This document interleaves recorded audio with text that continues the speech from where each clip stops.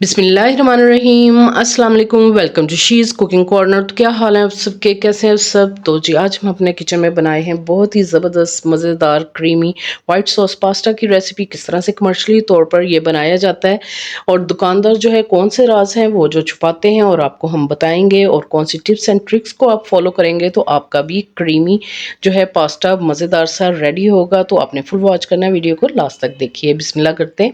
तो जी सबसे पहले मैंने 250 ग्राम जो है कोई भी शेप की आप मैकरोनी पास्ता कोई भी ले लें आप। तो जी एक पाव है ये है, तो इस तरह से आपने ले लेना है, कोई सी भी शेप हो वो आप ले लें। तो सबसे पहले पॉट में जो है हमने 2 लीटर जो है पानी डालना है, यानी 8 गिलास पानी के आप डालें, खुला पानी डालें। और जी 1 टेबल स्पून इसमें हम भर के नमक का डालेंगे, क्योंकि इससे जो नमक अगर फीका होगा तो अच्छा फ्लेवर नहीं आता।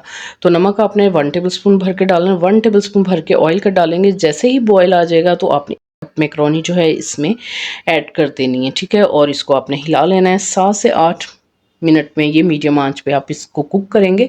तो आप देख सकते हैं बिल्कुल फुल आपने सॉफ्ट नहीं करनी, और बस थोड़ा सा खड़ी खड़ी सी होनी चाहिए, तो इस तरह से होनी चाहिए। तो इसका पानी हम ड्रेन कर देंगे, स्ट्रेनर में डाल लेते हैं। और नीचे मैंने बोल रख लिया, और ठंडा पानी आपने फ्रिज वाला ऊपर से डालना है ताकि ये बिल्कुल भी चिपके ना। और ये आप देख सकते हैं बिल्कुल अलग अलग सी हो गई हैं। तो जो जो चीज़ें चाहिए हमें इसमें डालने के लिए, तो सबसे पहले सब्जियां डालेंगे। हाफ गाजर लिए, अच्छी तरह से आपने पील ऑफ करके इसको जूलियन कटिंग में काट लेना है। और मिर्चें, शिमला मिर्च जो है हाफ ली है, वो भी आपने ऐसे ही कट कर लेनी है, ठीक है।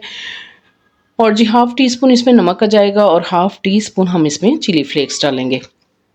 तो जी पूरी रेसिपी में हम जो है 2 से 3 टेबल स्पून जो है मक्खन के यूज़ करेंगे। तो वो आपने इससे बहुत ही अच्छा फ्लेवर आ जाता है। अगर ना अवेलेबल हो तो फिर आप ऑयल भी यूज़ कर सकते हैं, लेकिन मक्खन से बहुत ही अच्छा फ्लेवर आता है। तो जी 200 ग्राम हमने बोनलेस चिकन लिया है, सीने वाला हिस्सा लिया है। तो ये देखें छोटे छोटे से क्यूब्स कर लेने, और अच्छे से वॉश करके स्ट्रेनर में डाल के पानी निकाल लें।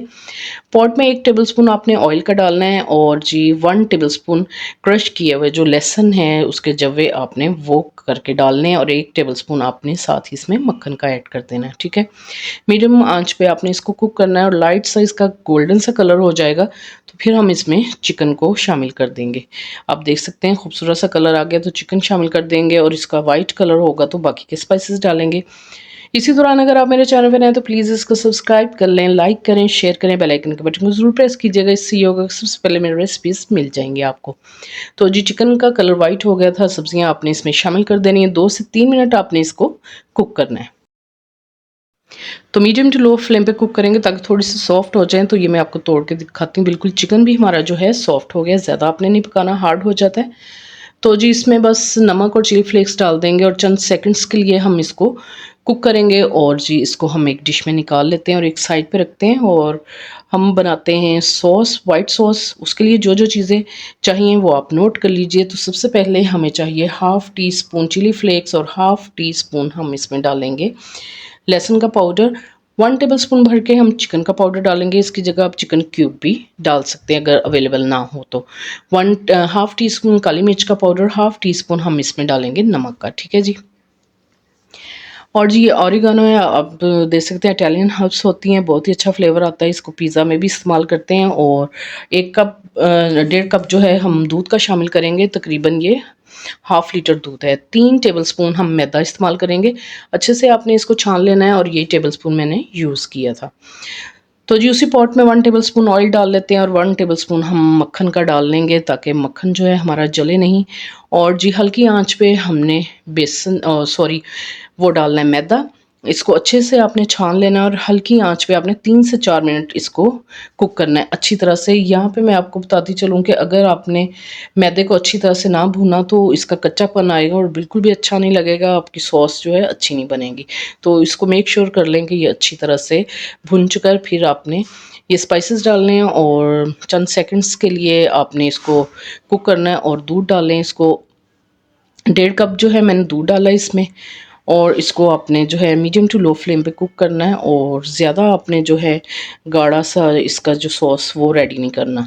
तो थोड़ा सा रनी सा हम बनाएंगे। तो जैसे ही ये थोड़ा थोड़ा सा गाढ़ा होना शुरू हो जाएगा तो ये हम चिकन और सब्जियां जो हमने रेडी करके रखी थी वो हम इसमें शामिल कर देंगे। साथ साथ ये जो हमारी सॉस है वो गाढ़ी होती जाएगी, और साथ साथ हम इसमें चीज़ें शामिल करते जाएंगे।